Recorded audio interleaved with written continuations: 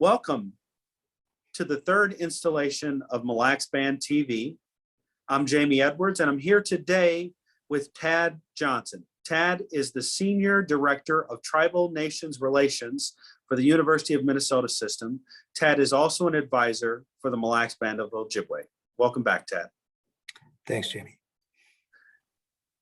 Tad and others. On March 21st, the Mille Lacs County Board put out a statement regarding the potential impacts of a recent ruling on the Mille Lacs Reservation boundary by Judge Susan Richard Nelson.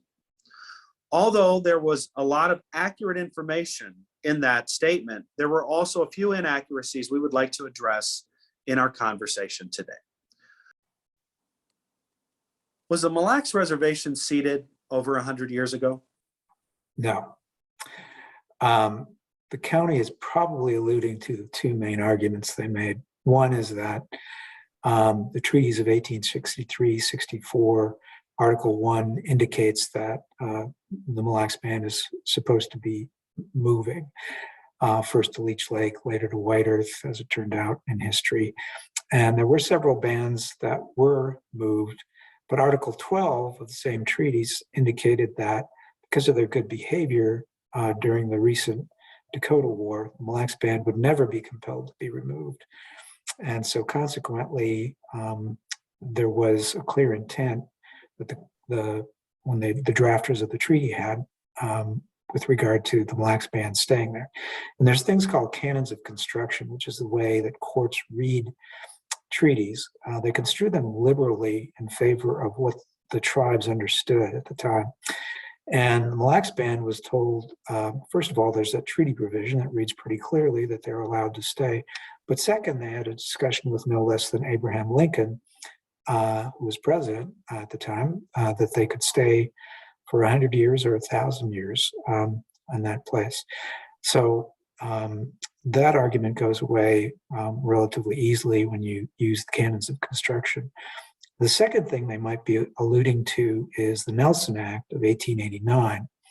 And that was an act, what was going on during the late 1880s was they wanted to make the Indians farmers or try to teach them agricultural trades. And so the General Allotment Act passed in 1887. Knute Nelson was a Minnesota politician who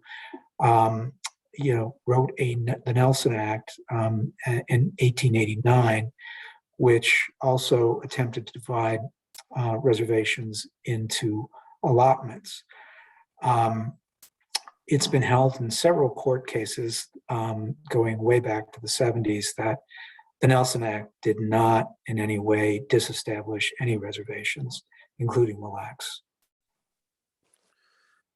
Say, Ted, one of the other sources of misinformation cited by the county is the Court of Claims case that went to the Supreme Court in 1913. Can you expand a bit on that case, what it was and what it wasn't? Yeah, that was a case. Courts of claims cases generally deal with the taking of lands, and so it didn't have anything to do with the boundaries. It had to do with the taking of most of the land inside the boundaries. And so because almost all of the land was taken from the band, some have incorrectly asserted that the reservation was de facto taken away from them. But taking the land didn't take away the legal status of the reservation and the boundaries. Similar to the state of Minnesota, it has boundaries and it does not own all the land inside the boundaries, but it has these invisible lines that indicate where Wisconsin starts and Iowa starts and the Dakotas start. And that's all a reservation boundary is. It's an invisible line indicating that past this line is Indian country. Another point the county brings up is that there has been a 55% increase in trust lands on the Mille Lacs Reservation over the last 20 years. Can you put a little context into that particular topic? Yes, the Mille Lacs Band lost almost all of its land during the 19th century, and under the Indian Reorganization Act, they can purchase land and place it into trust status. That is a right that every Indian tribe has.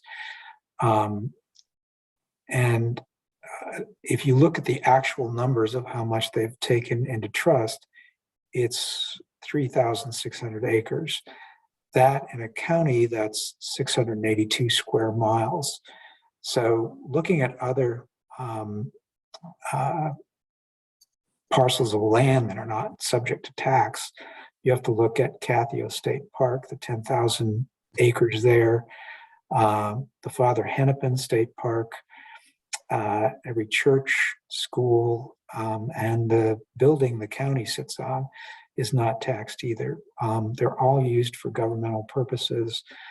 Because of all the lands that were taken during the period between the Allotment Acts and the Indian Reorganization Act between 1887 and 1934, Indians across the nation lost 2/3 of their land inside their reservations to non-Indians. Mille Lacs lost over 90%. So in the Indian Reorganization Act, there were provisions that tribes could buy back lands from their owners and put them into trust status. And so that's the law. Now that all that land is Indian country, there's actually less incentive for the band to take land into trust because they have jurisdiction over it with regard to the band members.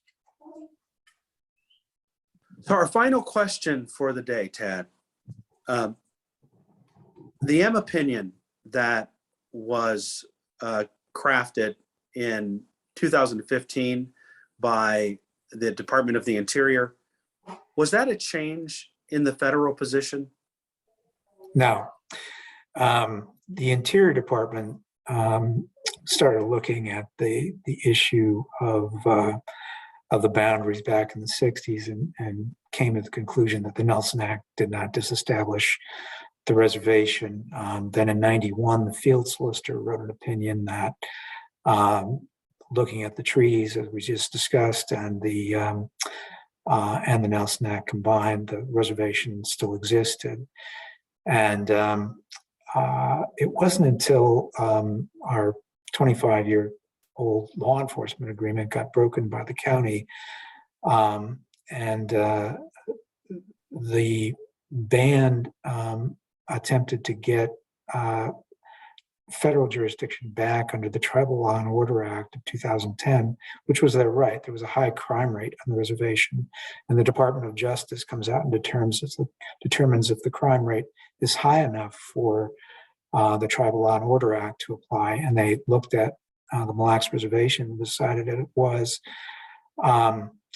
So consequently, Mille Lacs County wrote a letter to the U.S. Department of Justice saying this tribe should not get the Tribal Law and Order Act because the reservation doesn't exist, which caused the U.S. Department of Justice to write to the U.S. Department of Interior, who then wrote a 37-page opinion that the reservation did exist.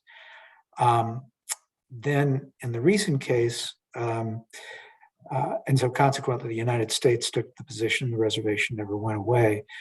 The state attorney general's office didn't take a position until the county wrote them asking for indemnification for the sheriff and the county attorney, so that this county was saying that, hey, we're making your case here, state.